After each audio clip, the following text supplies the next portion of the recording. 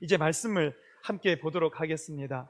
오늘 25절, 26절 딱 2절밖에 되지 않는 짧은 말씀 가운데 하나님은 이 안에서 하나님이 하시는 새 일을 일으키고 계셔요. 이 하나님의 새 일이 오늘 저와 여러분들 위에도 똑같이 임하기를 바랍니다. 25절, 그가 아들을 낳아 그의 이름을 셋이라 하였으니, 빨간 글씨로 동침하매라는 단어를 우리는 이제 눈여겨서 살펴볼 겁니다. 이 동침하매라는 단어에 계속적 와우용법이 쓰였다는 것은, 동침하매라는 이 단어는 앞에 나온 사건들과 인과관계로 연결이 되었다라는 겁니다.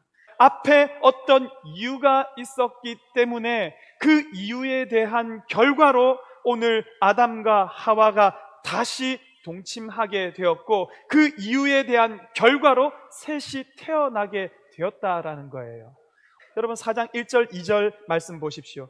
아담이 그의 아내 하와와 동침하매 하와가 임신하여 가인을 낳고 이르되 내가 여호와로 말미암아 등남하였다 하니라. 그가 또 가인의 아우 아벨을 낳았는데, 맞아요, 잘 되는 것처럼 보입니다.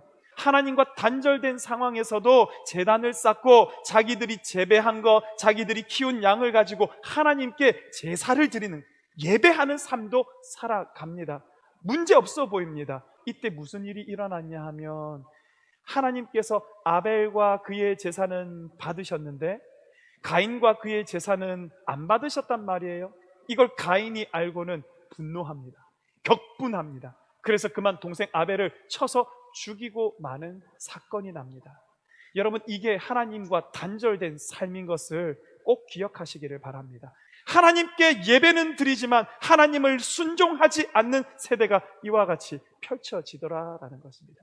창세기 4장 16절의 말씀, 가인이 여호와 앞을 떠나서, 드디어 가인도 여호와 앞을 떠나버립니다. 하나님과 단절된 삶에는 하나님으로부터 떠나는, 하나님과 상관없는 인생만 펼쳐지게 되더라라는 것입니다. 여러분, 지금 우리가 뭘 보고 있었냐면, 아까 동침함에 이 계속적 와우용법, 앞에 이유가 등장하고 그 이유에 의한 결과로 다시 동침해서 셋이 태어났다. 도대체 이유가 뭔지를 찾고 있었지 않습니까?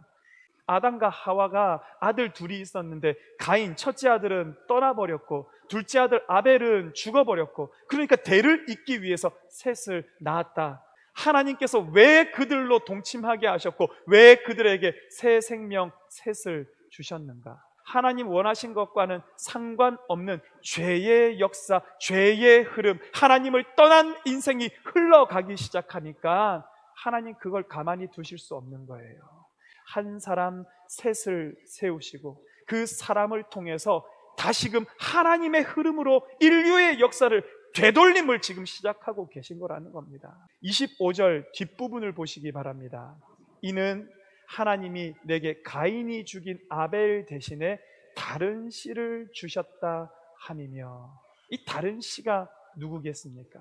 셋입니다. 셋. 하나님께서 주신 이 새로운 씨앗 셋을 통해서 하나님은 어그러져가는 인류의 역사, 하나님과 단절되어 하나님 상관없는 죄악의 흐름에 그 물꼬를 다시 비틀어 놓으시고 하나님을 믿는 믿음의 역사를 만들어 가시기 시작했다라는 것입니다. 혹시라도 하나님으로부터 멀리 떨어져 있는 분들, 너무 멀리 왔다고 느끼시는 분들, 오늘 여기에 계시는 포기하지 않는 하나님을 기억하시기를 간절히 바랍니다. 우리 26절 같이 읽습니다. 시작. 셋도 아들을 낳고 비로소 여호와의 이름을 불렀더라. 셋이 장성해서 아들 에노스를 낳습니다. 에노스라는 건 사람 이름인데 사람 이름에 원래 에노스라는 그 명사가 가지고 있는 뜻이 있습니다. 에노스의 뜻은 죽을 수밖에 없는 존재라는 뜻을 가지고 있어요. 어느 아버지가 자식 이름을 지으면서 죽을 수밖에 없는 놈이라고 이름을 짓겠습니까? 그 당시에 자식의 이름 속에는 아버지의 신앙의 고백이 담겨 있다는 거예요. 에노스라는 죽을 수밖에 없는 존재라는 것은 이 에노스의 고백이 아니라 그 아버지인 셋이 하나님 앞에서 자기를 바라보았을 때 나는 죽을 수밖에 없는 존재입니다 라고 고백한 것이 그의 아들 이름을 통해서 이렇게 드러나게 되었다라는 겁니다. 이 땅을 태어나고 사람이 자라고 노화의 과정을 거치면서 그렇게 나이 들어 죽는 거 그들은 한 번도 경험 못 해봤던 세대들입니다. 아담이 130세에 셋을 낳고 800년을 지내다가 930세에 죽습니다. 다시 말하자면 셋의 나이가 800살이 되었을 때 그가 무엇을 보았는가? 자기의 아버지 아담의 죽음을 봤다라는 거예요. 죽음은 우리가 늘 보는데 아니요, 그들은 인류 가운데 노화로 죽는 것을 처음 경험했다니까요. 아담이 100세, 200세, 300세, 400세, 500세 계속해서 살아가는 걸 봤습니다. 셋은 한 번도 생각 안 해봤을 거예요. 저분이 죽게 될 것이다, 저분의 생명도 끝이 있을 것이다, 생각 못 해봤다는 거예요.